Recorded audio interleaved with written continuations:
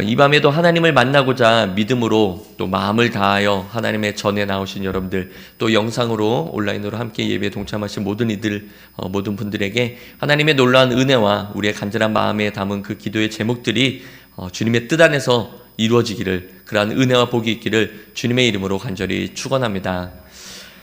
지난 시간에 아론의 대제사장직을 인정하지 못한 이스라엘 백성들에게 소위 아론의 쌍난 지팡이, 그 놀라운 하나님의 기적과 이적이 있었지요. 그것으로 인해서 아론은 하나님께서 세우신 대제사장임을 나타내 보여주셨습니다. 이로써 모든 이스라엘 백성들의 갖고 있던 불신, 불만, 불평들은 한순간에 다 사라지게 되었죠. 그래서 이제는 혼돈이 아닌 질서가 어느덧 되찾게 된 것이었습니다. 그리고 하나님은 이미도 말씀하셨지만 다시 한번 아론을 비롯해서 하나님의 성막에서 일을 감당해야 할 그 제사장, 그리고 레위인들이 감당해야 될 그 직무와 더 나아가서 그들에게 돌아갈 분깃에 관하여 다시금 말씀해 주시고 계십니다. 그만큼 하나님의 일꾼으로 택하여 세운 제사장들과 또는 레위인들이 그들의 소명이, 그 자리가 얼마나 중요한지를 하나님께서 다시금 일깨워주고 계신 것이죠. 오늘 본문을 보면 분명 제사장과 레위인이 해야 할 직무가 다름을 볼 수 있습니다. 먼저 1절을 보면 여호와께서 아론에게 이르시되 너와 내 아들들과 내 조상의 가문은 성소에 대한 죄를 함께 담당할 것이요 너와 내 아들들은 너희의 제사장 직분에 대한 죄를 함께 담당할 것이니라. 즉 제사장의 직무는 이스라엘 백성들의 죄를 하나님께 가져다 드리고 또 더 나아가서는 용서를 구하는 것, 용서를 빌게 하고 죄로 인해 틀어졌던 하나님과의 관계를 다시금 회복시켜주는, 마치 이런 중보자의 역할을 감당하는 것이 제사장의 그런 직무였습니다. 이 중보자의 역할은 성막에서 이루어졌으므로 제사장들은 거의 성막 안에서 생활을 하다시피 했던 거죠. 그래서 그곳에서 매일 제사를 드려야 했고, 백성들이 제물을 가지고 왔을 때 또한 제사를 드려야 했고, 각종 절기마다 하나님 앞에 제사를 드려야 했죠. 성막 안에서 일어나는 여러 가지 일들을 제사장들은 감당해야 했습니다. 반면 레위인의 직무는 2절에 보니까 너는 내 형제 레위 지파 곧 내 조상의 지파를 데려다가 너와 함께 있게 하여 너와 내 아들들이 증거의 장막 앞에 있을 때 그들이 너를 돕게 하라. 즉 레위인의 직무는 제사장인 아론과 그의 아들들을 도와서 성막과 또는 제사의 직무를 돕는 직무였습니다. 즉 성막을 옮기거나 또는 조립을 할 때 성막의 물건을 관리하는 일들, 레위인들의 주 임무였던 것이죠. 동시에 제사를 지낼 때에는 제물을 잡기도 하고 제물과 이렇게 좀 부정한 것들은 내다 버리는 일까지, 그렇게 제사의 집례를 보조하는 역할도 감당했습니다. 이로써 제사장들과 레위인의 직무가 다름을 1절과 2절을 통해서 볼 수 있지요. 하지만 분명한 것은 제사장이나 레위인이나 다 그들의 직무를 하나님께서 주셨다라는 것입니다. 또한 그들에게 있어서 하나님이 직무를 감당해야 한다라는 것은 똑같다라는 것이죠. 하나님은 특별히 이 직무를 선물이다라고 표현하고 계십니다. 7절 말씀을 보면 너와 내 아들들은 제단과 휘장 안의 모든 일에 대하여 제사장의 직분을 지켜 섬기라. 내가 제사장의 직분을 너희에게 선물로 주었은즉 거기 가까이 하는 외인은 죽임을 당할지니라. 하나님이 우리에게 맡겨주신 일은 고생이거나 우리를 힘들게 하거나 우리의 육체를 이렇게 고통을 주기 위한 것이 아니라 하나님이 우리에게 맡겨주신 그 모든 일들, 그 직무, 그 모든 것들은 하나님이 선물로 주셨다라는 것입니다. 그러므로 하나님의 일에는 좋고 나쁨이 없습니다. 하나님의 일에는 높고 낮음도 없습니다. 하나님의 일에는 귀하고 천한 것이 없다라는 것이죠. 하나님의 일은 찬양대를 서든 교사의 직분을 감당하던 또는 화장실 청소를 하던 상관없이 다 좋고 다 높고 다 귀하다라는 것이죠. 그러니 하나님의 직무를 감당함에 있어서 불평, 불만이 없는 것은 당연한 것입니다. 하나님이 선물로 우리에게 주셨는데 그 선물을 받고 불평, 불만이 있을 수 없다라는 것이죠. 하나님이 우리에게 주신 선물인데 어찌 그 선물을 마다할 수 있겠습니까?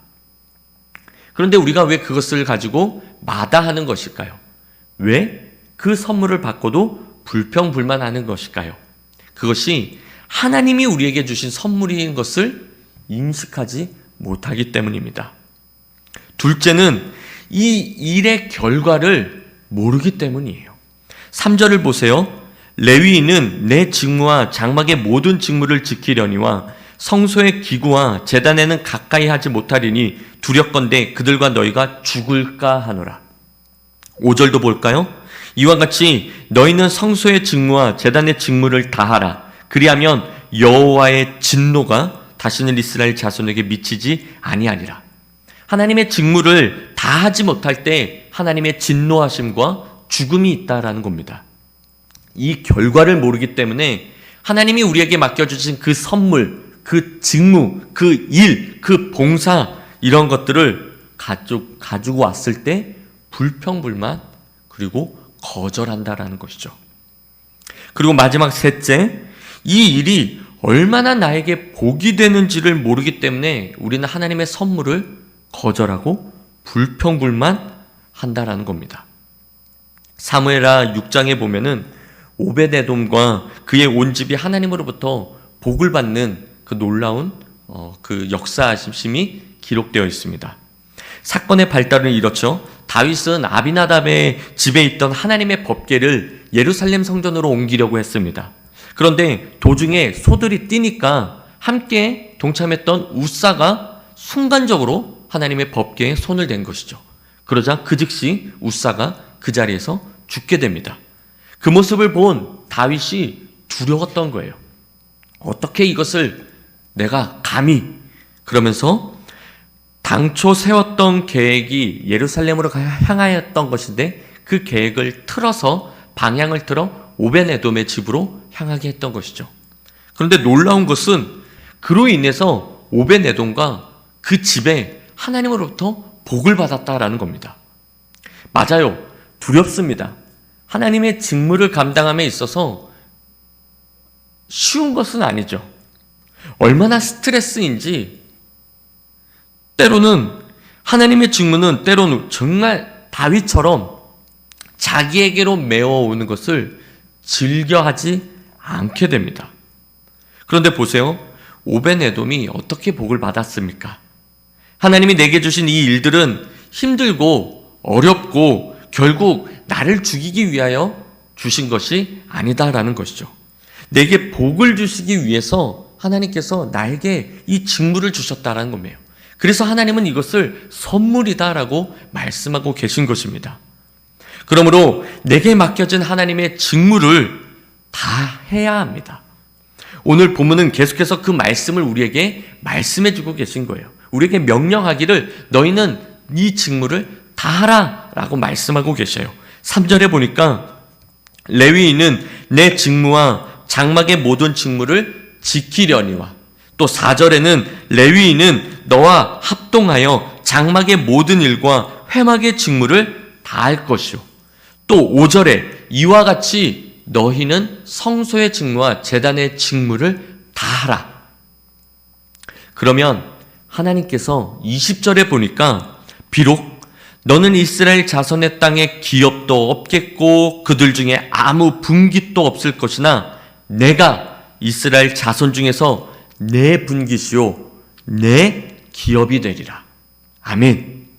즉 하나님인 내가 아론과 제사장들에게 할당되어지는 땅이며 내가 너희의 재산이 된다라고 말씀하고 계시는 거예요.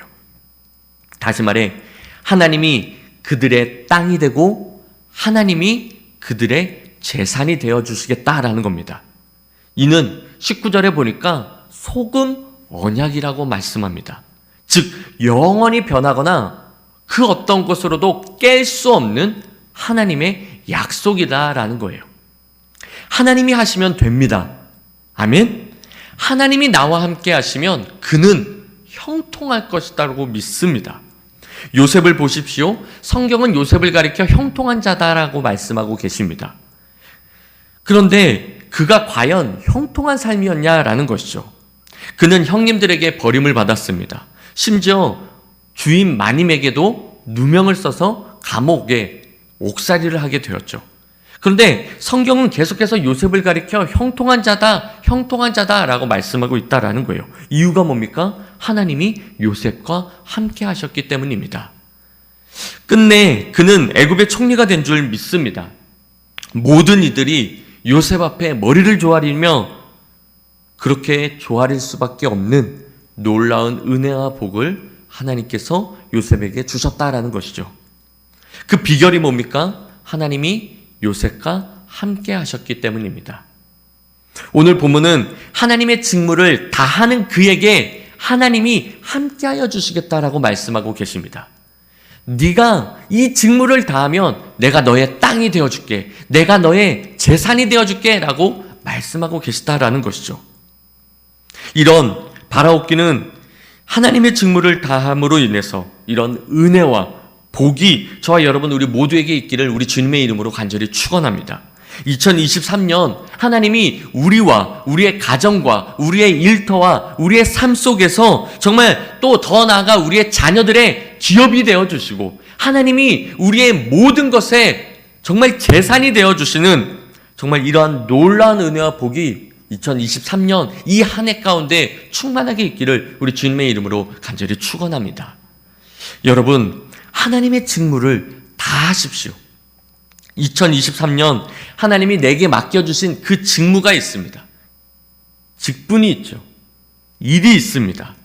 누구는 목자, 누구는 찬양대, 누구는 안내, 누구는 식당, 누구는 청소. 하나님의 직무입니다.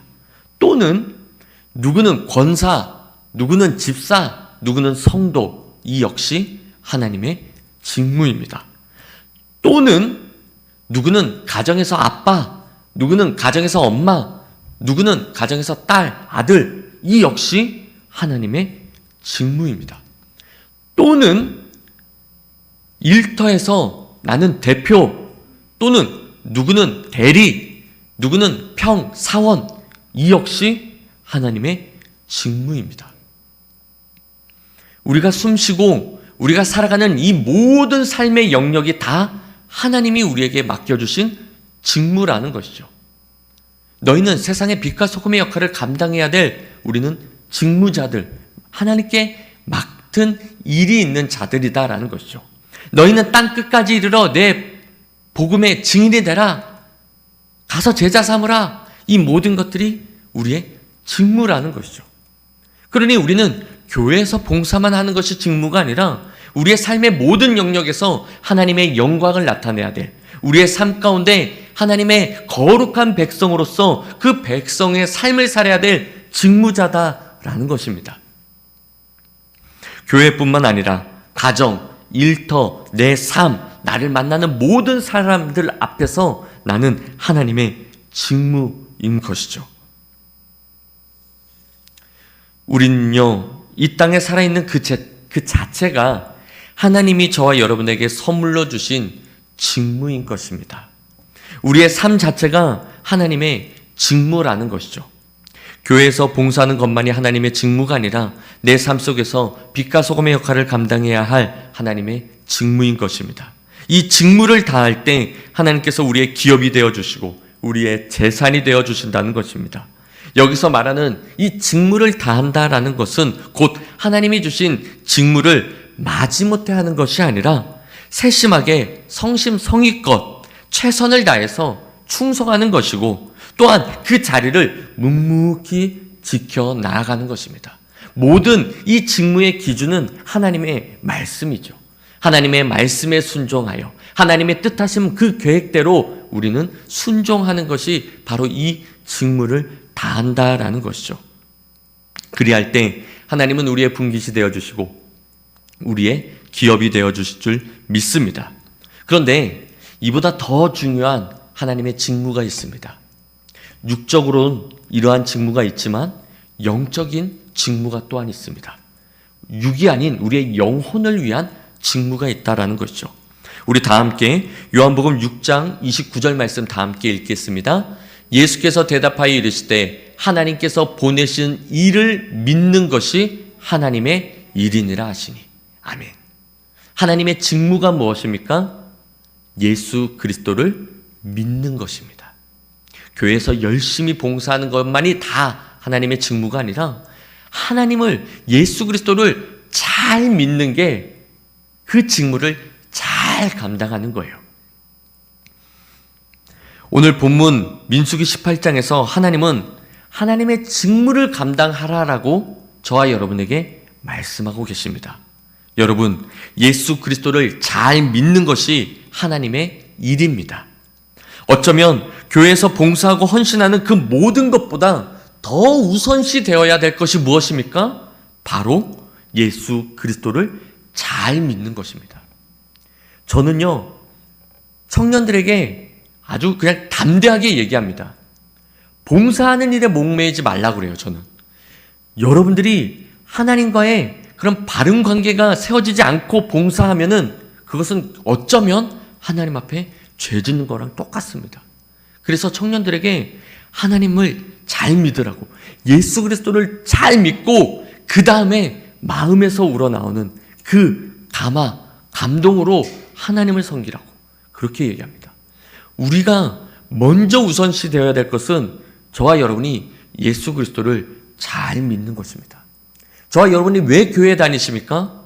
우리가 왜 열심히 신앙생활을 하는 거예요? 결국은 우리는 천국 가기 위해서입니다. 즉 영생을 위해서 우리는 그렇게 열심과 열정으로 한다라는 거죠. 그런데 예수 그리스도를 믿는 그 믿음 하나로 우리가 천국에 갈 수 있는데 그 믿음이 하나님이 주신 선물이 아닌 내 믿음이 있다라면 과연 그가 천국에 갈 수 있을까요? 물론 우리는 행위로 구원받는 것은 아닙니다. 하지만 하나님은 분명 우리에게 말씀하고 계세요. 오직 믿음만으로, 예수 그리스도를 믿는 그 믿음으로 우리가 영생을 얻는 것이다라면, 더 나아가 믿음 없이 행하는 그 모든 것이 하나님 앞에 죄가 된다면 우리가 우선시 되어야 될 것은 바로 하나님의 일, 특별히 영적인 이 일, 예수 그리스도를 잘 믿어야 되는 이 일임을 믿습니다. 히브리서 11장 6절에 믿음이 없이는 하나님을 기쁘시게 할 수 없다라고 말씀하셨습니다. 즉 그저 믿음 없이 봉사하는 것은 아무 소용이 없다라는 거예요. 믿음으로 봉사해야 된다라는 겁니다. 또한 로마서 14장 23절에 믿음을 따라 하지 아니하는 것은 다 죄라고 말씀하셨습니다. 믿음 없이 하는 모든 것이 다 죄래요. 믿음 없이 선교를 하고 믿음 없이 기도하고 믿음 없이 예배하는 그 모든 것들이 하나님 앞에 죄가 된대요. 하나님, 제가 열심으로 하나님을 섬겼는데요, 제가 열심으로 하나님을 위해서, 하나님의 나라를 위해서 이렇게 전도했는데요, 그런데 믿음 없이 하는 그 모든 것들은 하나님 앞에 죄가 된다라고 합니다. 즉, 제 아무리 주의 이름을 부르고 선지자 노릇해도 아무 소용이 없다라는 것이죠. 마태복음 7장 21절 말씀이죠. 나더러 주여 주여 하는 자마다 다 천국에 들어갈 것이 아니요 다만 하늘에 계신 내 아버지 뜻대로 행하는 자라야 들어가리라. 제 아무리 선지자 노릇하고 주님의 이름으로 귀신을 쫓아내고 많은 이적과 기적을 행했다 할지라도, 다시 말해 하나님의 직무를 그렇게 열심과 열정으로 했다 하더라도 믿음 없이 하면 하나님 앞에 불법을 행한 밖에 안 된다라는 것입니다. 즉 하나님과 아무런 상관이 없대요. 그렇게 열심과 열정으로 교회를 섬기고 봉사하고 눈물로 기도로 그렇게 눈물로 제단을 그렇게 섬겼는데 믿음 없이 한다면 아무것도 아니래요. 그러니 우리의 우선순위가 믿음인 줄 믿습니다. 하나님과 바른 관계가 더 중요하다라는 거예요. 그렇다고 하나님의 봉사하는 일을 멀리 하라는 것이 아닙니다. 우선순위에 관해서 말씀하고 있는 거예요. 먼저 하나님과 바른 관계여야 됩니다. 그래서 교회에 예배를 드리고자 여러분들이 이 전을 찾으셨다면 제일 먼저 기도부터 하는 겁니다. 즉 제일 먼저 하나님과의 관계를 먼저 성립하셔야 돼요.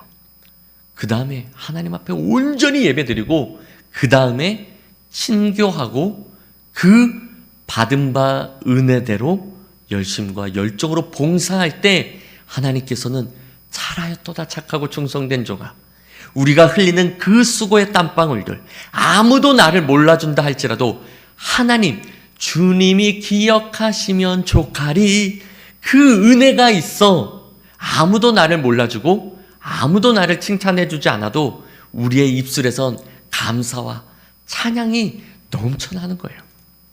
아무도 나를 몰라주고 오히려 나를 향해서 집사님 어떻게 그렇게밖에 못해 이렇게 한다 할지라도 주님은 아시네, 그러한 마음이 나오는 거예요.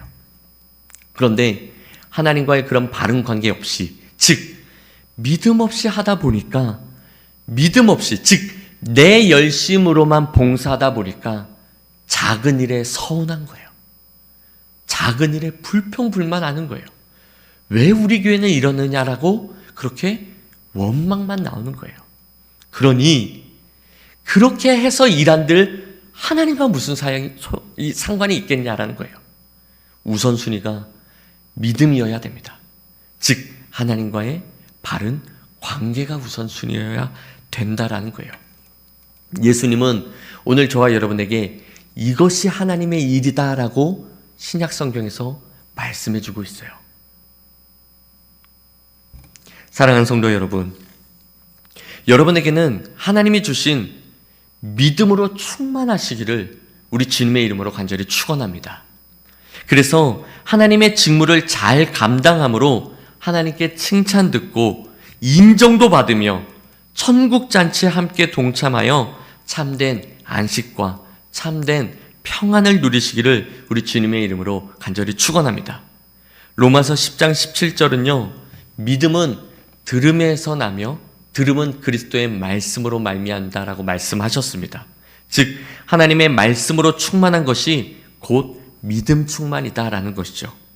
예수 그리스도를 잘 믿으십시오. 그것이 하나님의 직무를 다하는 것입니다. 우리 교회가 정말 뭐라고 할까요? 이 정말 좋은 일을, 그러니까 하나님 편에 괜찮은 일을 하고 있는 일이 있습니다. 바로 통독과 하나님의 말씀을 읽는 통독과 필사입니다. 저도요, 청년들에게 여지껏 제가 1년 가까이 사역하면서 설교의 모든 내용이 오직 말씀이었어요. 네, 말씀밖에 없습니다. 말씀이 예수님이시잖아요. 저와 여러분에겐 예수 그리스도밖에 없어요. 다른 게 뭐 필요 있습니까? 뭐 여러분들 세상 삶에 있어서 힘들죠, 어렵죠, 하나님 앞에 수고하고 무거운 짐을 다 내려놓으십시오, 하나님이 평안을 주십니다, 이거 그들의 마음을 위로하는 설교, 이게 뭐 소용이 있겠냐 이거죠. 그거보다 더 중요한 거, 오직 예수로 충만하면, 말씀으로 충만하면 그 모든 것은 해결될 줄 믿습니다. 저는 이런 담대한 믿음이 있어요. 그래서 오직 말씀이다라고 강조합니다. 근데 이것이 청년들에게만 해당되는 것이 아니에요. 저에게도 해당되는 말씀이고 여러분들에게도 해당되는 말씀인 줄 믿습니다. 저와 여러분은 오직 예수 그리스도 그 한 분뿐입니다. 하나님이 주신 은혜와 하나님이 주신 그 말씀이면 됩니다. 하나님의 일은 예수 그리스도를 잘 믿는 것입니다. 하나님은 오늘 저와 여러분에게 하나님의 직무를 다 하라라고 말씀하십니다. 삭개오는요, 예수님을 만나기 위해서 돌 무화과 나무 위로 올라갔습니다.